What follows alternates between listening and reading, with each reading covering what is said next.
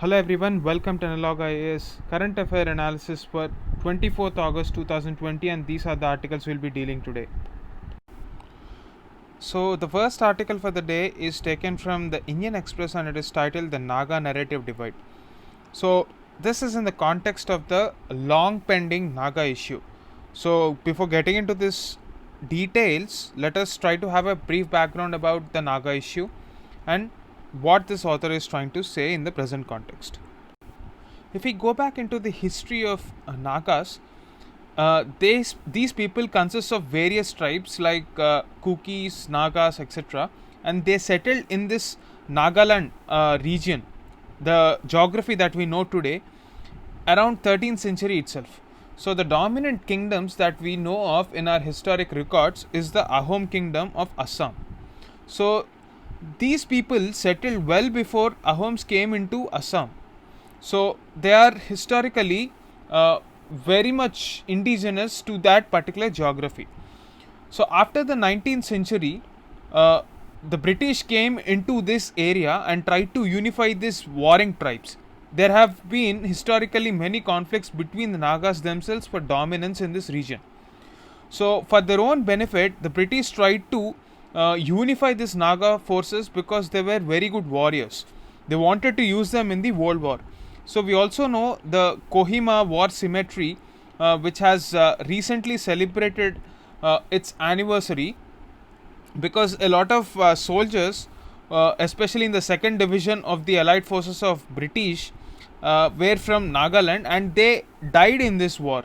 So, as a memorial for their efforts, the Kohima War Cemetery or the War Memorial was commemorated, and this was in news as well. This is important for preliminary. Anyway, coming back to the issue, this article is basically about the Naga nationalist movement, which started way back in 1918 itself, shortly after the First World War. So there were several violent movements that broke out since independence that demanded autonomy to the Naga people. Finally, in 1963, there was an agreement between the Naga forces and the Indian government to give statehood to Nagaland. However, the issues were not settled. Let us have a look at the various issues that this statehood has brought out and what are the issues that were not resolved even after giving a statehood. In 1963, when the government of India has finally ensured that Nagaland gets a statehood, everything was supposed to be settled. But there was one group way back from 1940s itself. This was very violent group which demanded complete secession from India itself. That group's name is Naga National Council. Their leader's name was Angami Zepin Pizzo. In the 1940s, this group actively campaigned for cessation of the Naga territory completely from India and resorted to violence. So there were various NNC cadres who did not agree with granting statehood to Nagaland until the 1975 Shillong Accord. Again, the government believed that all the troubles would come to an end, but it is very difficult to comprehend the kind of warring factions that Nagas comprised of. So, a section of this Naga Nationalist Council was not happy with the kind of decision taken by their higher officials. So, a segment of this NNC, the younger segment, came out and formed what was called as NSCN, which stood for Nationalist Socialist Council of Nagaland. So, this was way back in 1980. The group in turn split into two factions based on the tribal differences. Even they had differences. So one group was called NSCN Isak Muiwa, that is IM, and the other group is called NSCN Khaplan. Both the splinter groups share the same objective. Now what is this objective? So their objective is creating Nagalim. What is this Nagalim? This is an area which is inhabited by the Nagas in Nagaland, Assam, Manipur, Arunachal Pradesh, and even Myanmar. This was even more problematic given the fact that they had sympathizers even in Myanmar. Even till date, there are border insurgencies that we witness. Now, the story arrives at 1997, where a ceasefire agreement was signed between NSCN IM, that is Isaac Muiwa Group, and the government of India. So, it is continuing even till this day. In 2001, the other faction was also in the picture because the government signed a ceasefire agreement with them as well. That is the Kaplan faction. But the problem is they are more prone to violence. So government has not been in a position to cope with these particular insurgent group. Along with this, there are certain conflicts within the tribal groups. For example, a lot of ethnic Nagas and a group called Thankuls. These groups are continuously in conflict over a lot of time. In GS2, we have in our syllabus role of civil society. So we can look at the role of civil society, especially the pressure groups in this civil society movement in Naga peace process. So there are certain associations like Naga Matas Association, the Naga Ho movement. All these associations did whatever they could to bring about certain reconciliations between the warring factions, but they had very limited success. So, civil society represents a wide section of the people in the grassroots level, and their efforts should be backed up by productive work from the government as well. Now, moving forward to 2015, which sets the context for this article, we'll be talking about the Naga Peace Accord. Like I've already told you, NSCN has been split into two different factions fighting for the same objective of Nagalim. So NSCN IM has been willing to sign a peace accord with the government of India for a very long time. So taking this opportunity, the NDA government in 2014 stepped up to the situation and concluded a deal wherein the NSCN IM faction, which represented the larger civil society, came into terms with the government of India and gave up this Nagalim demand in exchange for autonomy in all the areas concerning Nagalim. But the problem here was the fact that this included not just Nagaland, which would have been very easy if the demand was only in Nagaland. They demanded autonomy in districts which comprised presently of states like Manipur, Assam, Arunachal Pradesh as well. So other states, especially Manipur, was not at all willing to give autonomy to these areas where Nagas were present. So that again created a sort of a deadlock. To negotiate all these deals, the government has set up Mr. Ravi as the interlocutor. This person has now been appointed as the governor in this region. As far as the other faction, the Kaplan faction of NSCN is concerned, they are still not really happy with the way things are progressing with our government, and they have even killed 20 armed forces officials in 2015. So this sets the context for this article. So the main issue here is Ravindra Narayan Ravi, the person who was appointed as the interlocutor, is now the governor of that area. So the NSCN IM faction accuses Mr. Ravi of having a antagonistic stand towards the Naga issue, and they raised objections citing that he was acting as a roadblock in the talks. So even in 2014 they have raised similar objections, but the interference of the governor of that time, PB Acharya, ensured that the peace talks progressed. The reason why the government wanted to have him in the affairs is because he is a retired IPS officer of the 1976 batch who had a particular expertise in this northeast issues. And during his brief period where he took a holiday after his retirement and the post retirement job that he has taken up after BJP government came into power, he had written certain articles and literature on the perception towards the entire Naga conflict, and it was very controversial because he was of the opinion that the Naga factions do not actually support this peace process. So, in these articles, Mr. Ravi was of the opinion that his predecessors, who were acting as interlocutors in this process, Mr. Padmanabhaya and Pandey, were mere agents of NSCIM who wanted to sell the propaganda of NSCIM to Delhi and ensure that the talks were in favor of IM. We cannot say that there is no truth to the allegations made by Mr. Ravi, but having said that, we also have to understand that a lot of political will, a lot of effort from both the sides of the conflict have taken the process so far. We cannot allow one particular individual to derail the entire process. But having said that, we also have to take into consideration Mr. Ravi's opinion that how can the government negotiate only with NSC and IM, who kind of hijacked the entire representation just because it has support of few insurgency groups and civil society bodies? Is that a justified process? So it is in this context we have to balance between history, the unique history that the Nagas share, and try to bring in more and more number of people through a democratic process. Now this democracy means consultation process which has a bigger sample size and not just the NSC and IM faction. So probably we can engage with the other side of the faction if they are willing to negotiate on certain non-negotiable terms like leaving violence and demands for secession.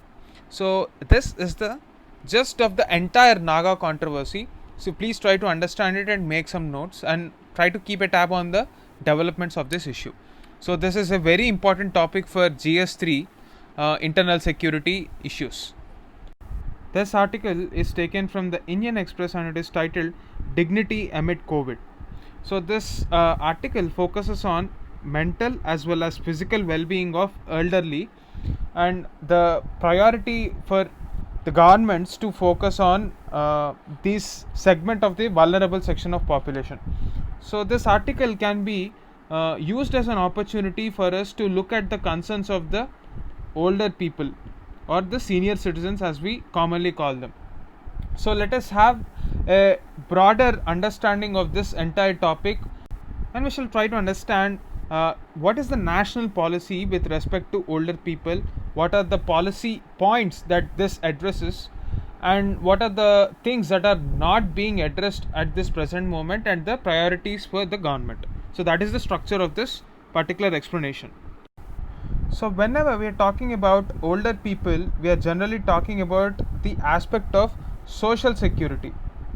Now when we are talking about social security, we have to understand that in the 7th schedule of the constitution, it is a concurrent responsibility of both the central and state governments as mandated in the constitution. So well-being of senior citizens, article 41 talks explicitly about this, and also article 46 in general talks about how we have to take care of the elderly.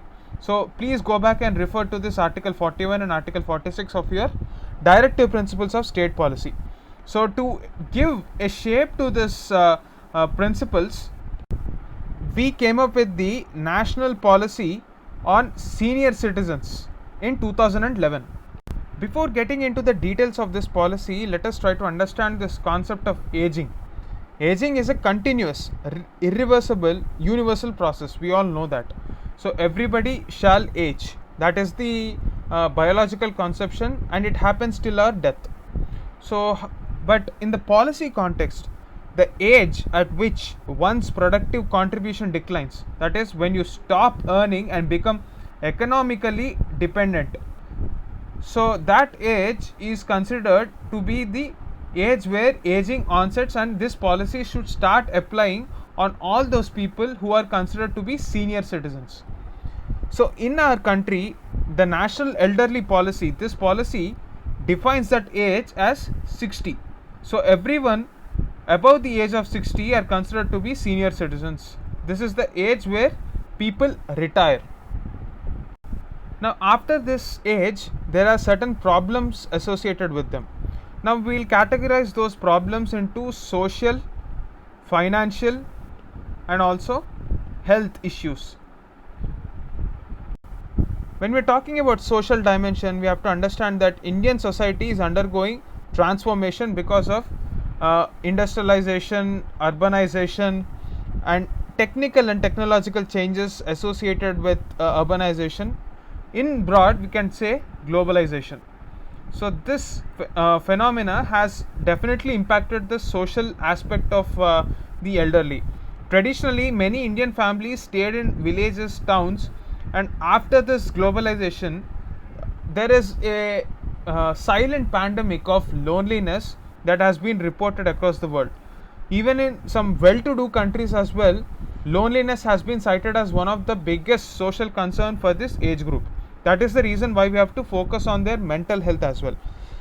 So negligence by kids towards their old parents and disillusionment due to retirement, feeling of powerlessness, loneliness, uselessness and isolation, all these problems are globally very relevant. And when we are talking about the financial aspect of our problem, when these people retire, they are suddenly dependent on their kids for basic necessities. So this increase in out of pocket expenses on health during their older age is causing a lot of trouble for this elderly people, because there is a tendency by their kids to not pay and ignore or abandon their parents. This phenomenon has been observed very frequently. So migration of young working age persons from rural areas have negative impact on the elderly living alone or with spouse, and it will usually lead to poverty and distress, because there is very little that the kids who are migrating away from their hometown can do. And there is also this problem of insufficient housing facility. So that is the financial aspect. Now let's come to the health aspect. Now when we are talking about health, we have to talk about mental health and we have to talk about physical health. So let's start with the obvious physical health, because as age progresses, we are talking about a scenario where there are multiple disabilities amongst the elders in old age.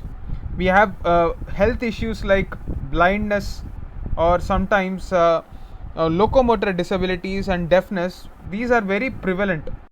Also, there are a lot of mental health issues as seen in the dimension of financial as well as social issues of the old age people. So there is a need for geriatric care, that is a specific protocol that is required to treat the elderly in rural areas. So the quality of life in rural areas, especially with respect to health, is a major concern for our population. So in this regard, government has come up with various initiatives, like say for example the integrated program for older people. This has been the flagship program from the Ministry of Social Justice and Empowerment, which is also the nodal agency for welfare of elderly people. And there were other schemes like Rashtriya Vayoshree Yojana, etc. You can refer to those from the ministry document. So these problems are very much existing even before COVID has struck. Just like in every other dimension, COVID has only accentuated the troubles that older people are facing right now, and it worsened their situation. So this article talks about the exaggeration or exacerbation of all these dimensions, whether we're talking about the social dimension or the financial dimension or health dimension. All these dimensions have only been worsened. For example, we have seen a case where a old lady was abandoned in Mumbai, and it became a social media sensation and outrage to know that her son has left her alone and abandoned her in this pandemic during the lockdown. The second aspect is that of financial dependency. A lot of people, especially the rural segment of the population, are not financially well off to handle this pandemic without working. So the government has to address their concerns as well. Now the third aspect is the obvious threat of COVID and also the pre-existing medical conditions. Those conditions are not being addressed by the governments because of the COVID burden. Also there is this silent pandemic of mental health, which has been affecting disproportionately a large segment of population despite their struggles that they have gone through their life. So this is an unprecedented situation, and it is time for the government to step up and address the concerns of these people, and not just the younger generation, because it is the older people and their wisdom that will actually drive forward the traditional knowledge that the next generation would carry from this generation. So we have to ensure that the legacy that they pass on should be given to the future generations as well. So in this regard, the article suggests certain immediate steps like telehealth, mobile home care, healthcare system, direct subsidies to pensioners, in order to ensure that more money is put into their hands. So this is the gist of the article and the entire background of national policy on senior citizens 2011. So this is the framework in which you have to study the issue of elderly people. For preliminary examination, please go through the documents of Ministry of Social Justice and Empowerment to have a comprehensive look at the various schemes that the government came up with respect to older people. That's it for the day. Thank you.